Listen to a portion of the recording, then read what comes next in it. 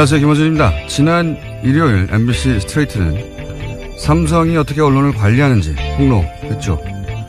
장충기 문자를 통해 드러난 언론의 삼성 부역은 아주 적나라합니다. KBS, MBC, SBS가 특정 사안을 모두 다루지 않거나 한 꼭지만 다루기로 했다고 장충기 사장에게 보고하는 문자나 신문사설을 아예 빼기로 했다고 보고하는 건 약과였습니다.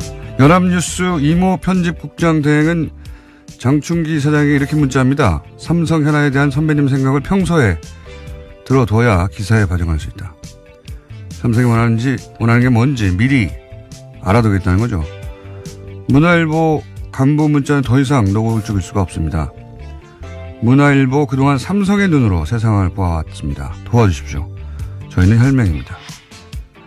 우리나라 언론 상황이 이렇습니다. 더욱 말이 안 되는 것은 이런 언론 상황을 폭로한 뉴스가 토탈을 모두 뒤엎어도 모자랄 판인데 관련 기사 찾기가 아주 어렵다는 겁니다.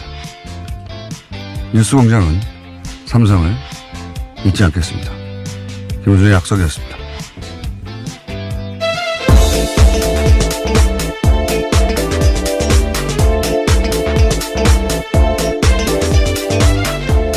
시사인의 김은지입니다.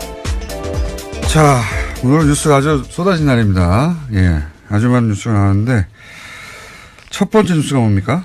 네, 대북특별사절단 대표가 어제 평양에서 김정은 북한 노동당 위원장을 만났습니다. 정우영 청와대 안보실장을 수석으로 하는 특사단이 어제 오후에 평양에 도착해서요. 김 위원장과 면담을 하고 만찬을 함께 했는데요. 특사단은 김 위원장에게 문재인 대통령의 친서를 전달했습니다. 또 문재인 대통령의 한반도 평화를 위한 비핵화 방법론, 북미 대화 구상 등에 대해서 김 위원장의 생각을 들은 것으로 알려졌습니다. 이게 이제 보니까 시간을 보니까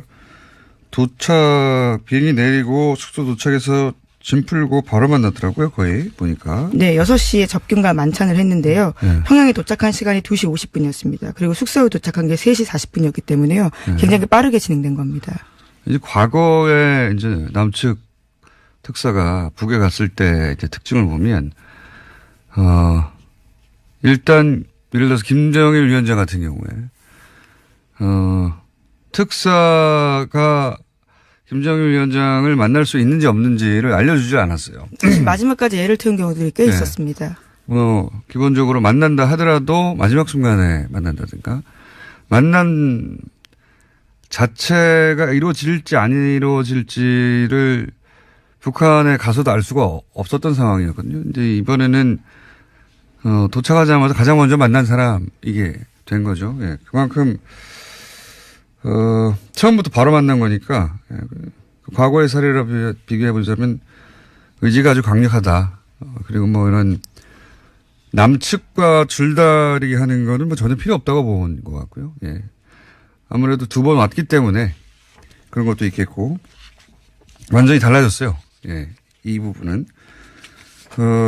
그리고 사실은 이 만남 자체가 남북 자체의 만남은 목적이 아니고 이 만남 이후에 이제 북미 만남을 어떻게 할 것인가, 이걸 남측, 북측 모두 준비하는 단계, 중간 단계잖아요. 그러니까 중간의 만남은 그 자체는 목적이 아닌 거죠. 네, 1박 2일 일정으로 오늘 오후에 오고요. 정우영 수석이 문재인 대통령에게 보고를 한 다음에 미국으로 방문할 예정입니다. 징검다리인 과정일 뿐이기 때문에 남측, 북측 모두 그 상황인식이 동일한 것 같고, 여기서 이제 결국 미국의 이 특사단이 고스란히 넘어갈 거 아니겠습니까? 넘어가서, 북측과 대화를 성사시키기 위한 조건을 남측과 북측이 대략 합의한 것 같은데, 그 중에서 핵심은 이제 비핵화 얘기가 다 당연히 나올 텐데, 이게 어느 수준에서, 예, 정리가 됐는지가 핵심이겠죠. 예. 굉장히 큰 뉴스죠, 사실은. 요 다음 바로 이 특사단이 미국으로 갈 것이고, 특사단이 이 정도 되면은 트럼프 대통령도 만난다고 봐야 되겠죠. 예. 네, 아마 그럴 것으로 보이는데요. 네. 특히 그래서 우리 정부가 북한의 특별사절단 파견하는 과정에서도 미국의 입장을 각별히 신경 썼습니다. 특사단 파견의 세부 방안과 일정까지도 모두 미국의 입장을 최우선적으로 고려한 흔적이 나온다라고 하는데요. 미국을 대화 테이블에 앉히기 위해서 이 모든 과정들을 미국과 함께 공유해야 된다라고 생각했다는 겁니다. 뭐 어제도 전해드렸지만은 트럼프 대통령도 이 만남을 기다리고 있는 것 같고 뭐 대화가 이루어질 것 같다는 얘기를 하는 걸 보면 문재인 대통령 메시지를 가지고 김정은을 만나고 그런 다음에 마지막 만날 사람은 이제 트럼프 대통령이 되는 일종 상강무역 같은 그런 일이 현재 벌어지고 있는 와중입니다. 북한하고는 어제 이게 김정은 집권 이후 남측 인사를 처음 만난 겁니다. 네, 그렇죠. 예. 집권 7년 차인가요? 8년 차인가요? 그 정도 된 것 같은데. 처음 만난 역사적 만나기는 했는데 그 만남 자체로 끝나는 일이 아니어서 그 다음 뉴스가 더 궁금해지는 지금 뉴스입니다. 이 뉴스 이 뉴스 굉장히 큰 뉴스인데 네, 오늘 오후에 귀국을 하기 때문에요. 기후에 관련된 사항들이 나올 것으로 보입니다. 왜냐하면 현재로서는 기자단이 따라간 게 아니기 때문에요. 관련된 보고들이 아직까지 원활하게 나오고 있지는 않거든요. 알겠습니다. 이게 첫 번째 뉴스고요. 자, 두 번째 뉴스는 뭡니까? 네, 안희정 충남도지사의 수행비서였고 지금은 정무비서를 맡고 있는 김지윤 씨가 미투에 나섰습니다. 안 지사가 수개월간 자신을 성폭행했다라고 주장한 건데요. 김 씨가 그간 용기를 내지 못하다가 미투 운동이 벌어진 지난 2월에도 성폭행이 이어지자 검찰에 고소하고 언론에 알리기로 결심했다라고 밝혔습니다. 그래서 오늘 중으로 검찰이 안 지사를 성폭행 혐의로 형사고소할 예정인데요. 이에 대해서 안 지사 쪽에서는 처음에는 합의에 의한 관계였다라고 주장을 했는데요. 또 어제 새벽에는 안 지사가 그러니까 오늘 새벽에는요. 안 지사가 직접 글을 쓰면서 이 모든 것들에 대해서 사과하고 그리고 자신은 정치적으로 도지사직을 내려놓겠다라고도 밝혔습니다. 제가 어제 블랙하우스 녹화하는 날이었거든요. 새벽 1시쯤 끝났는데 JTBC 뉴스를 못 보고 이제 오늘 새벽에 봤는데 여러모로 사실 굉장히 충격적인 뉴스죠. 여야를 망라한 차기 대선 후보군 중에 이제 1, 2순위를 다투는 인사라는 점에서도 그렇고 그리고 평소의 이미지로 봐서도 그렇고 또 그리고 이 내용이 뭐 단순히 부적절한 관계 이게 아니라 위기에 의한 성폭행, 위력에 의한 성폭행 이렇게 특정되지 않습니까? 네, 그 부분에 대해서도요. 안 지사가 인정하는 발언을 했는데요. 합의에 의한 관계였다는 비서실의 입장은 잘못됐다면서요. 모두 자기 잘못이라고 이야기했습니다. 이게 아마 뭐 거기까지는 법률적인 인정이라기보단 정치적인 인정이라고 지금까지는 보여지는데 이게 이제 단순히 부적절한 관계가 아니라 성폭행이라고 특정했기 때문에 네, 피해자도 그렇게 주장을 하고 있고요. 이게 형법으로는 아마 업무상 위력에 의한 간음이든가 그 정도 될 겁니다. 아마 이건 형사 처벌의 대상이거든요. 그러니까 뭐 일반적으로 예를 들어서 뭐 인사권 같은 걸 고리로 상사가 그런 요구를 하는 케이스 뭐 이런 정도인데 사법적으로 어떤 범죄일지를 떠나서 이게 사고를 안 끝난다는 거죠. 뉴스가 이 뉴스로 끝나지 않고 그 앞으로 더 큰 문제인 겁니다. 사실은. 그리고 이제 그런데 이게 설사 향후에 민사 형사 차원에서 쟁점이 있다 하더라도 그건 뭐 자연인 안희정의 다툼이고 정치인 안희정으로서는 어제 JTB 뉴스와 함께 정치 생명이 끝난 거죠. 본인이 정치를 그만두는 게 아니라 끝나는 게 되는 것이고 이 뉴스는 그러니까 앞으로는 형사사건으로 다뤄질 사건이 된 겁니다. 현재. 네, 또 김지인 씨가 추가 피해자가 있다라는 식의 이야기를 했기 때문에요. 네. 또 사건이 더 벌어질 수도 있습니다. 그러니까 그것도 그거지만 안희정 이제 전 지사라고 해야 되겠네요. 전 지사 입장에서는 형사 사건이 됐다는 겁니다. 현재. 과거의 정치적 사안들은 사과로 끝나거나 아니면 뭐 잠시 자수한다로 끝날 끝나는 거였다면 지금은 아니라는 겁니다. 예. 네, 또 피해자가 명백하게 고소 의사를 밝히고 있기 때문에요. 형사사건으로 당연히 발화가 될 것으로 보이고요. 이에 대해서 더불어민주당은 어제 안 지사에 대해서 출당 및 제명 조치를 착수하기로 했다고 밝혔습니다. 추미애 대표가 긴급 최고위원회를 소집한 뒤 직접 결과를 브리핑했는데요. 고개를 숙인 뒤 도저히 있을 수 없는 일이 발생했다면서 안 지사 관련 보도에 대해서는 당 대표로서 피해자와 국민 여러분께 사과의 말씀을 드린다라고 밝혔습니다. 민주당으로서는 이 이상 할 수 있는 일이 선택이 없죠. 예. 그나마 빠른 시간이 됐다는 정도고, 현재까지의 뉴스는 이 정도입니다. 이 뉴스는 제가 보기에 앞으로 한 몇 주간 정도 계속 이어질 정도의. 서지현 검사 인터뷰가 자기 역사적 인터뷰라고 했는데, 어제 인터뷰는, 변곡점이 될 뉴스인 것 같습니다. 정치 권력도 이제 미투의 대상이 확실히 되기 시작한 거죠. 네, 용기를 내고 목소리와 얼굴을 걸고 이야기를 하기 시작한 거죠. 자, 이 뉴스 다음에 또 어떤 뉴스입니까? 네, 어제 뉴스타파가 YTN 간부가 이건희 삼성회장 성매매 의혹에 담긴 동영상 제보를 삼성 쪽에 넘겼다라고 보도했는데요. YTN 유재훈 기획조정실장이 그 당사자입니다. 지난 2015년 YTN 사회부 기자들이 그해 8월 달에 이건희 회장 성매매 영상 제보자를 만났는데요. 당시 사회부장이었던 유 실장이 이를 다른 기자들에게 알리지 말라고 당부했다고 합니다. 이후에는 대가 없이 영상을 제공하라고 제보자를 설득했고 거절당하자 제보자에게 삼성에 먼저 가보라고 유 실장이 제안했다라는 건데요. 이에 대해서 유 실장은 한겨레 해명 요청에 대해서 응하지 않고 있고요. YTN 노조는 성명을 내서 이에 대해서 문제 제기하고 있습니다. 언론사 간부가 이제 특종을 잡은 거죠, 이게. 말하자면. 대특종, 인생에 한 번, 두 번 올까 말까 한 사실은. 우리나라 제1기업 회장의 성매매 의혹이 담긴 동영상 제보를 받았어요. 네, 불법 사실인 거죠. 네. 대특종이죠. 근데 이제 그 본인이 속한 그 언론사의 간부인데 본인이 속한 언론사로 달려간 게 아니라 그래서 보도하는 게 아니라 예, 삼성을 향해 달려간 겁니다. 이게. 예. 충성의 대상이 어딘지 결정적 순간에 저실이 드러나는 거죠. 예. 그래서 이제 YTN 노조도 그 중대한 제보의 보도를 막은 회사행위다. 이렇게 평가하는 것이고 이 관련해서는 제가 오프닝에서도 얘기했지만 MBC에서 있었던 지난 주말의 방송에서 관련 문자가 공개됐죠. 예. 네, 장충기 전 삼성그룹 미래전략식 차장에 대한 문자가 공개됐습니다. 근데 여기서 지금 YTN 같은 경우도 사실은 보도만 하는 24시간 보도 전문 채널이란 말이죠. 이게 종편하고는 좀 다르게 취급돼요. 사람들의 인식에. 종편은 정치적 입장이 강하게 들어갔다고 미리 인지하고 보는 거라면 여기는 스트레이트 뉴스라고 생각한단 말이죠.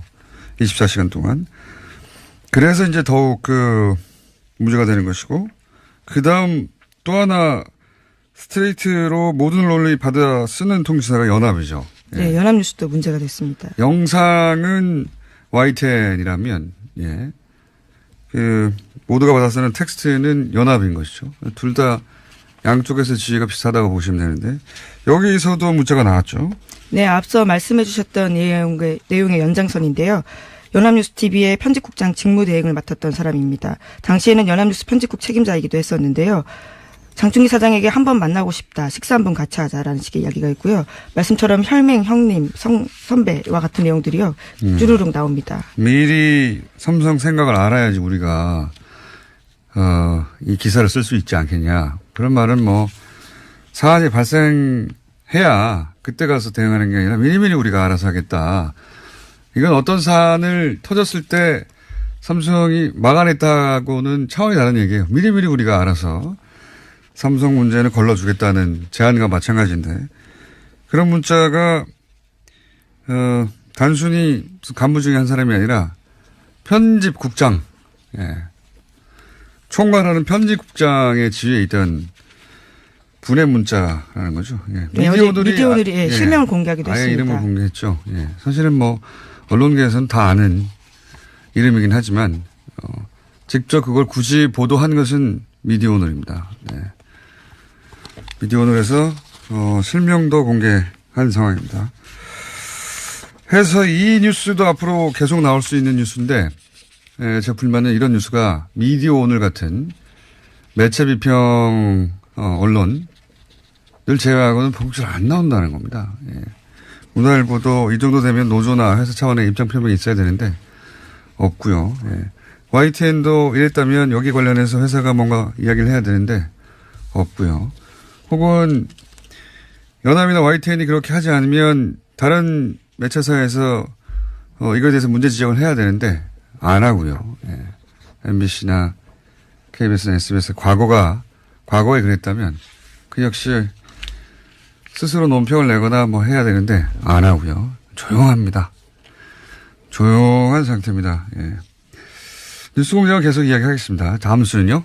네, 이건희 삼성전자 회장 관련된 뉴스 하나 더 전해드리면요. 이건희 회장의 차명 계산에 관한 과징금 부과가 우여곡절 끝에 31억 원을 걷는 선에서 그칠 전망으로 보입니다.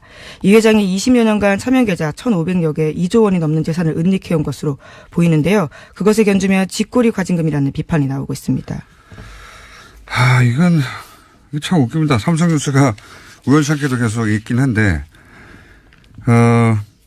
몇 번 다뤘었는데 4조대 차명계산이 나왔었는데 과징금을 내면 2조대를 내야 되는데 여태까지 안 냈다는 거잖아요. 예. 금융당국이나 또는 과세당국이 내버려 뒀다는 얘기였단 말이에요. 계속해서. 근데 최근에 크게 문제가 되니까 이제 금융감독원에서 이제야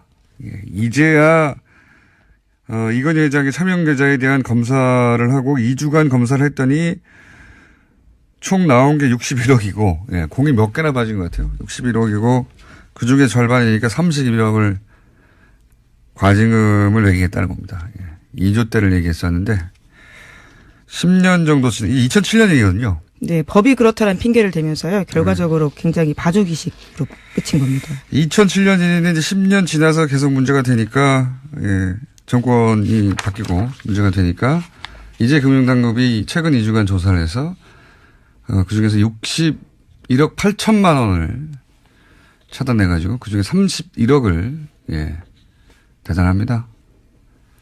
예. 자, 다음 뉴스는요? 네, 이명박 전 대통령의 2007년 대통령 선거와 2008년 총선 당시 불법 자금 모집 그리고 수수 의혹과 관련해서 검찰이 수사 중입니다. 이에 대해서 이명박 전 대통령 참모 4인방에 대해서 압수수색을 단행했는데요. 관련해서는 왕차관으로 불렸던 박영준 전 지식경제부 차관, 송정호 전 법무부 장관이 있고요. 또 이명박 전 대통령의 고려대 동문인 천신일 세종나무 회장 그리고 최시중 전 방송통신위원장이 있습니다. 굉장히 천신 오랜만에 나온 이름이네요. 예. 박영준 전 차관도 굉장히 오래간만에 나온 이름인데 이 네 사람의 공통점은 지난 이명박 후보 시절의 대선 캠프 핵심이죠. 예. 이 네 분의 이름이 지금 소환된 이유는 뭐냐면 이제 이팔성 전 우리금융지주 회장이 돈을 건넸다는 거 아닙니까? 그게 이제 드러났는데 그걸 쭉쭉 따라가 보다 보니 이것이 이제 당시 비례대표 공천을 위해서 돈이 쓰여진 또 줄기를 또 발견하게 되고 그러면서 이게 총선 자금, 대선 자금으로 거슬러 올라가 있는 상태 같아요. 현재 수가 보니까. 그러면서 이렇게 되면 또 이런 것도 나오겠죠. 아마 포스코 지난주 이제 PD수첩에서 보도했는데 거의 묻힌 뉴스 중에 하나가 포스코가 수상한 투자를 했는데 그 중에 예를 들어서 산토스 투자권 같은 경우에. 네, 에콰도르 회사였습니다. 에콰도르. 말도 안 되는 내용인데 그 내용의 핵심이 뭐냐면 포스코를 수상한 투자로 말아먹었다. 덜어먹었다 이런 얘기잖아요. 포스코가 다시 이렇게 나오기 시작하면 이제 박영준 씨 이름도 전 차관 이름도 같이 나오겠죠. 이 네, 수사가 지식경제부 차관이었거든요. 예. 수사가 계속 꼬리에 꼬리를 물고 이명박 전 대통령 관련해서는 아마 당시 총선 자금, 대선 자금, 포스코까지 계속 나올 것 같습니다. 계속 꼬리에 꼬리를 물고 그 첫 출발을 알리는 뉴스다. 예, 이렇게 보시면 될 것 같고 하나 정도 더 언급하고 시간이 다 됐네요. 예. 네, 어제 제90회 미국 아카데미 영화상 시상식이 열렸는데요. 이 자리에서는 무대에 오른 배우 애슐리 저드의 미투 운동이 촉발된 사회 변화가 언급됐습니다. 뿐만 아니라 타임즈업이라고 해서요. 성폭력과 성차별 시대가 같다라는 배지를 달고 이와 관련된 근절 메시지를 가슴에 담았습니다. 예, 그래서 저희가, 예, 처음으로, 어제 저희가 낮에 기획한 꼭지인데, 우리는 영화 얘기를 좀 하자. 네, 굉장히 낯서네요. 네. 스포츠 얘기도 거의 안 하는데 한 번 정도 한 것 같고, 예. 음악 얘기는 저희가, 한 적이 있죠. 음악 얘기라기보다는 최순실 관련 음악을 만들어서 한 적이 있죠. 영화 얘기는 처음 해보는 것 같습니다. 마침, 아카데미라 저희가 잠깐 미니를 하나 준비했습니다. 아카데미 시상식이 있었고, 미투와 관련된 발언들도 있었기 때문에, 오동진 영화평론가 전화 연결됐습니다. 안녕하십니까? 네, 안녕하십니까, 공장장님. 네. 네. 저도 깜짝 놀랐습니다. 네. 그러니까요. 저도, 네. 저희 제작진과 얘기하다가, 우리 모두 깜짝 놀랐습니다. 우리 이걸 해도 될까? 예. 그리고 워낙 뉴스가. 네. 쏟아지는 상황이었어요. 네. 그래서 아카데미 얘기는 좀 한가한 게 아닌가, 이런 생각을 했었습니다만. 어제 잡았는데 어떻게 또. 알았어요. 네. 자, 이거는 그러니까 큰 뉴스들이 터지기 전에, 예, 잡혀있던 거라 짧게 하겠습니다. 네네네. 연결했던 이유 중에 하나가 이 영화적 다양성 네. 이 부족해졌고 우리나라에 그래서 사실은 아카데미와 관련된 영화들도 극장에서 보기 힘든 거 아니냐 이런 얘기 하다가 여기까지 간 거거든요. 네. 예. 미국도 사실 그런 위기를 많이 느끼고 있고 그래서 예. 할리우드가 그 위기를 드러내게 한 것이 이번 아카데미 시상식이 아닌가 싶은데요. 특히 이제 트럼프 현 대통령이 워낙 중하층 백인을 중심으로 한 미국을 재건설하겠다. 이런 정치적인 어떤 그런 모토를 갖고 있는 터라 예. 할리우드가 사실은 그런 부분에 있어서 정치적 저항을 많이 보여왔고요. 이번 아카데미 시상식의 면면이 반 트럼프적 정서, 지금의 어떤 미국 정치의 어떤 위기 이런 것들을 굉장히 적극적으로 드러내고 있습니다. 시상식 자체가 운동이 결합되어 있는 그렇죠. 시상식 자체가 그렇고 그다음에 수상의 내용들을 보면 그렇고요. 여기 이제 미투 운동이 결합되어 있는 거죠. 그래서 이제 여러분들 잘 아시는 것처럼 이것들이 모두 이렇게 합쳐져서 이른바 이제 타임즈업, 그러니까 새로운 시대를 맞이하고 또 새로운 시대로 도약하는 그런 정신들을 이번 아카데미 시상식에서 많이 보여주고 있습니다. 알겠습니다. 시상 면면을 보시면 아시면 됩니다. 예. 면면을 보시면. 네네. 자, 그러니까 미국의 문화예술계가 트럼프 행정부를 상대로 네. 자신들이 가진 방식으로 힘을 가진 방식으로 이제 저항하는 거다. 아카데미 전체가 그런 의미가 있다. 그건 알겠고요. 네. 자, 네. 근데 꼭 이 영화를 꼭 짚어서 나중에 극장에서 보기 힘들면 어떻게 구해서라도 봐야 한다. 예. 그런 극장을 찾아다니면서라도. 아마 몇 가지만 이번에 아카데미 시상식에서 너무 화제가 돼서 국내에서도 개봉이 될 건데요. 3빌보드입니다. 원래 이제 3빌보드의 원제는 3빌보드 아웃사이드 에빙 미주리인데요. 예. 미주리 하면 이제 미국 중부잖아요. 그러니까 예. 중부의 에빙이라는 카운티 바깥에 있는 3빌보드 세계의 입간판이라는 그런 제목을 갖고 있습니다. 그래서 미국 중부에 한 3,000명 정도 사는 한 작은 마을에서 벌어진 소동극인데요. 이 영화를 보고 있으면 예.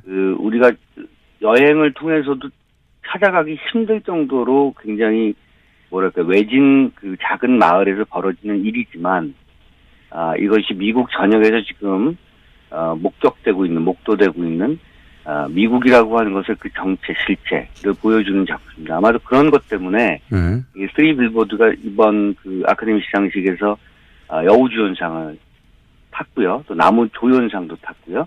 네, 그리고 무엇보다도 각본상까지 각본상 아니죠. 네, 어쨌든 여우주연상과 나무조연상 제가 몇 가지 좀 헷갈리긴 하는데요. 예. 알겠습니다. 이 부분을 탔던 이유가 그런 것 때문에 그렇죠. 이게 첫 번째 거론하시는 영화는 3빌보드를 꼭 챙겨서 봐야 한다. 예. 네, 그렇죠. 네.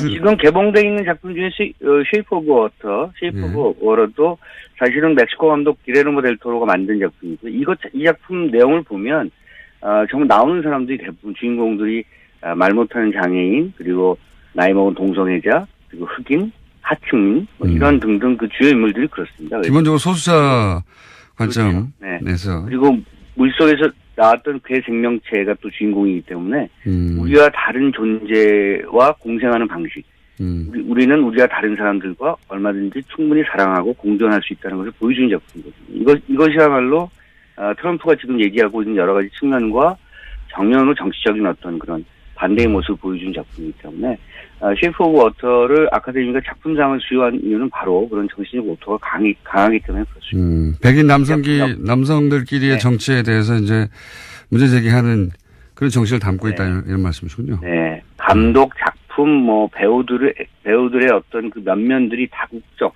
다인종 등등. 지금 아카데미가 정확하게 그 미국 사회라고 하는 것이 이민자 사회라고 하는 것 이런 것들을 적극적으로 드러내고 있습니다. 그래서 이런 측면들을 좀 보시면 미국의 언론과 또는 미국의 다른 정치가 하지 못하는 것을 영화가 어떻게든 해내려고 하고 있다 이런 것들을 좀 보여준 사례라고 생각합니다. 쓰리 빌보드와 쉐이프 오브 워터는 꼭 봐야 한다. 하나만 더 추천해 주십시오. 사실은 이번에 그 주요 수상을 하지 못했는데요. 제가 참 안타깝게 생각하는 작품 중에 스티븐 스필버그 감독의 더 포스트라는 작품이 있습니다. 더 포스트요? 워싱턴 포스트지 얘기를 다루고 있고요. 1971년도 그러니까 72년도에 워터게이트가 터지기 전에 71년도에 국무부 비밀 문서 4천 쪽이 폭로가 됐는데요. 네. 데니엘 엘질버그라는 군사 전략가가 그것을 내부 고발자로 베트남전에 관한 정보가 담겼던 문서 그렇죠. 예. 네, 그렇죠. 그래서 이제 그걸 워싱턴 포스트가 대서특정한 과정에서 벌어지는 일입니다. 어쩌면 미국의 언론 상황, 더 나아가서 우리도 역시 반면교사로 삼을 수 있는데요. 우리의 어떤 저널리즘의 어떤 상황 이런 것들을 거꾸로 생각할 수 있는 그런 작품이어서 굉장히 시대적 코드가 강한 작품입니다. 그런데 이번에는 너무나 뭐랄까요? 작품들이 정합이 심해서 스필버그가 또 워낙 알려진 그 감독이라 이번 주요 부분에서는 좀 상을 타지 못했습니다만 이번 아카데미 후보에는 많이 올랐습니다. 그래서 여러분들이 기억하실 만한 작품과 더 포스트 수입은 안 됐죠? 네, 됐습니다. 그래서 개봉도 막 됐습니다. 네, 근데 이제 극장수가 많지 않기 때문에 그렇군요. 공장장이 바쁘시잖아요. 그래서 그렇지만 이제 그것도 그렇지만 이 뉴스 그러니까 이런 영화들이 절대 작은 영화가 아닌데. 네네. 예, 무슨 미니 다큐 정도. 잘 아시겠습니다만 국내 스크린 수가 2,400개에 불과한데요. 이런 다양한 영화들이 많이 걸리는 어떤 그런 상황이 못 됩니다. 그래서 정부가 바뀌고 나서 스크린 독과점에 대한 그런 여러 가지 방지 법안이라든가 이런 것들을 만들기 위해서 노력하고 있습니다만 요즘 워낙 여러 일들이 많아서, 그런 영화와 관련된 법안은 좀 뒤로 밀리고 있는 듯한 느낌. 네, 이 얘기도 또 하나의 주제거 얘기는 합니다. 이제 보고 싶어도 볼 수가 없는 게, 시장 논리 때문만이라기보다는 대기업이 대부분 유통망을 장악하고 있으니까. 그렇죠. 보고 싶어도 볼 수 없는 문제가 있는데, 그 얘기는 저희가 이제 이렇게 영화 이야기도 물꼬를 튼 만큼 따라 한번 주제를 잡아보겠습니다. 네. 네, 언제든지 연락 주십시오. 네. 알겠습니다. 꼭 영화 이 얘기를 오동진 평론가에게 연락하라는 법은 없습니다. 알고 있습니다. 네. 오늘 말씀 감사합니다. 네, 고맙습니다. 네.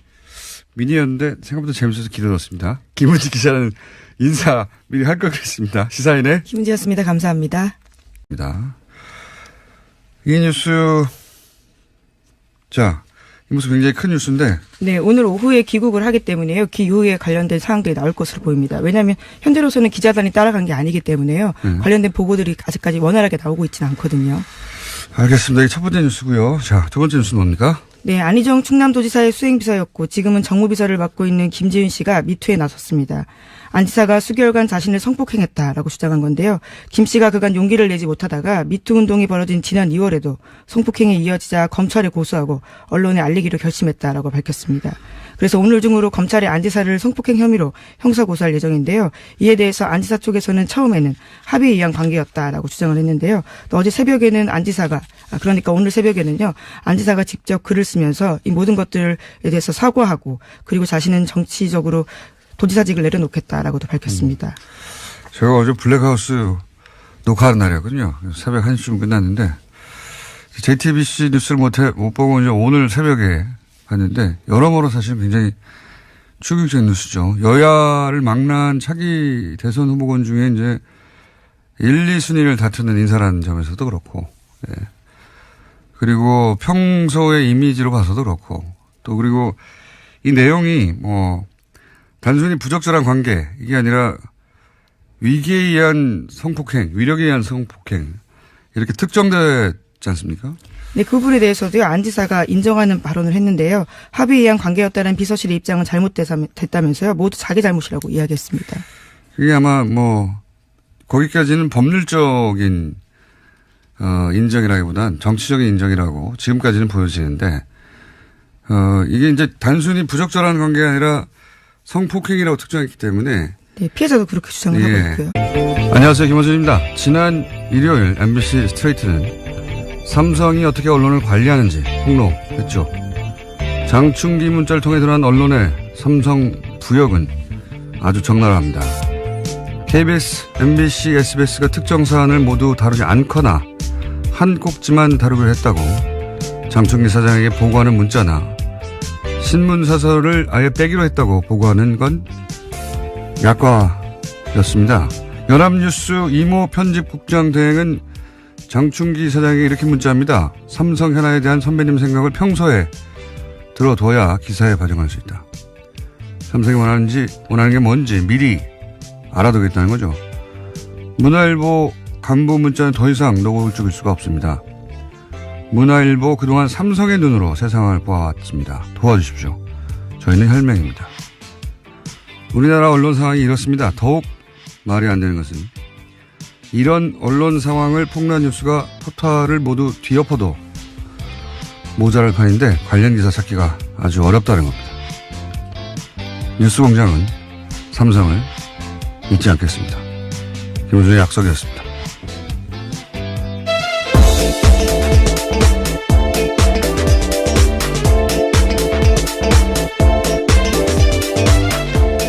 시사인의 김은지입니다.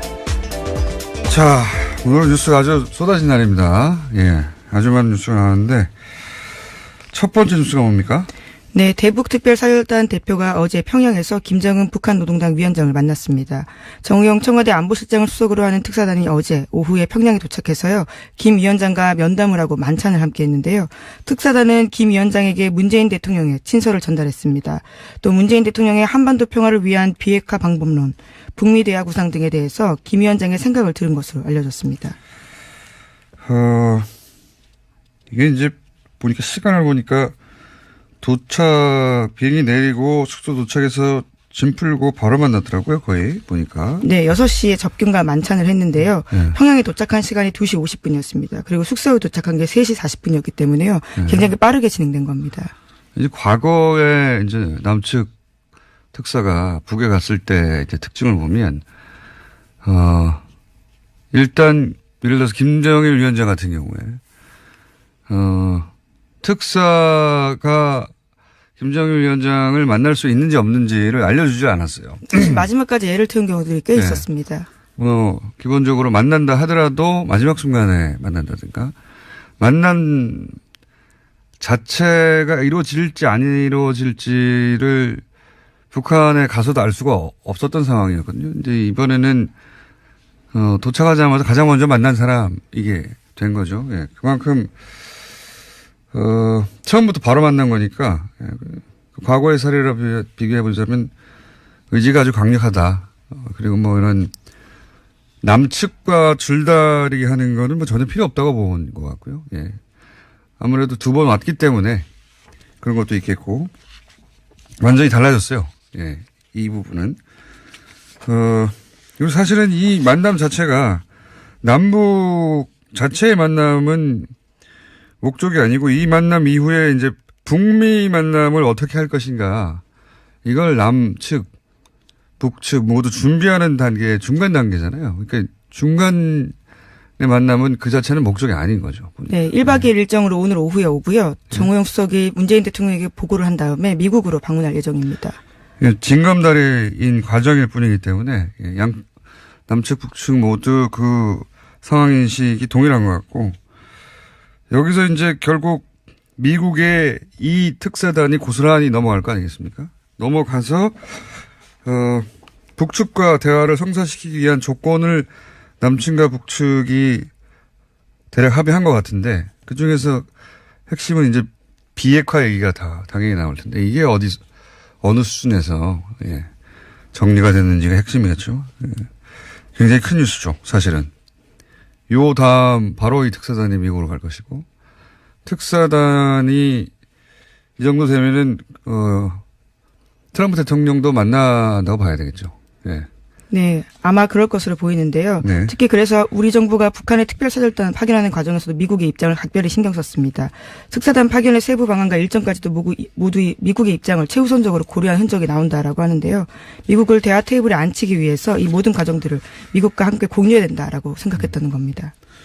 뭐 어제도 전해드렸지만은 트럼프 대통령도 이 만남을 기다리고 있는 것 같고, 뭐 대화가 이루어질 것 같다는 얘기를 하는 걸 보면, 문재인 대통령 메시지를 가지고 김정은을 만나고 그런 다음에 마지막 만날 사람은 이제 트럼프 대통령이 되는 일종 상강무역 같은, 예. 그런 일이 현재 벌어지고 있는 와중입니다. 북한하고는 어제 이게 김정은 집권 이후 남측 인사를 처음 만난 겁니다. 네, 그렇죠. 예. 집권 7년 차인가요? 8년 차인가요? 그 정도 된 것 같은데. 처음 만난 역사적 만나기긴 했는데 그 만남 자체로 끝나는 일이 아니어서 그 다음 뉴스가 더 궁금해지는 지금 뉴스입니다. 이게 형법으로는 아마 업무상 위력에 의한 간음이든가 그 정도 될 겁니다. 아마 이건 형사 처벌의 대상이거든요. 그러니까 뭐 일반적으로 예를 들어서 뭐 인사권 같은 걸 고리로 상사가 그런 요구를 하는 케이스 뭐 이런 정도인데 사법적으로 어떤 범죄일지를 떠나서 이게 사고를 안 끝난다는 거죠. 뉴스가 이 뉴스로 끝나지 않고, 앞으로 더 큰 문제인 겁니다, 사실은. 그리고, 이제 그런데 이게 설사 향후에, 민사 형사 차원에서 쟁점이 있다 하더라도, 그건 뭐, 자연인 안희정의 다툼이고, 정치인 안희정으로서는 어제 JTB 뉴스와 함께 정치 생명이 끝난 거죠. 본인이 정치를 그만두는 게 아니라, 예. 끝나는 게 되는 것이고. 이 뉴스는 그러니까 앞으로는 형사사건으로 다뤄질 사건이 된 겁니다. 예, 현재. 네, 또 김지인 씨가 추가 피해자가 있다라는 식의 이야기를 했기 때문에요. 네. 또 사건이 더 벌어질 수도 있습니다. 그러니까 그것도 그거지만, 예. 안희정 이제 전 지사라고 해야 되겠네요. 전 지사 입장에서는 형사 사건이 됐다는 겁니다. 현재. 과거의 정치적 사안들은 사과로 끝나거나 아니면 뭐 잠시 자수한다로 끝나는 거였다면 지금은 아니라는 겁니다. 예. 네, 또 피해자가 명백하게 고소 의사를 밝히고 있기 때문에요. 형사사건으로 당연히 발화가 될 것으로 보이고요. 이에 대해서 더불어민주당은 어제 안 지사에 대해서 출당 및 제명 조치를 착수하기로 했다고 밝혔습니다. 추미애 대표가 긴급 최고위원회를 소집한 뒤 직접 결과를 브리핑했는데요. 고개를 숙인 뒤 도저히 있을 수 없는 일이 발생했다면서 안 지사 관련 보도에 대해서는 당 대표로서 피해자와 국민 여러분께 사과의 말씀을 드린다라고 밝혔습니다.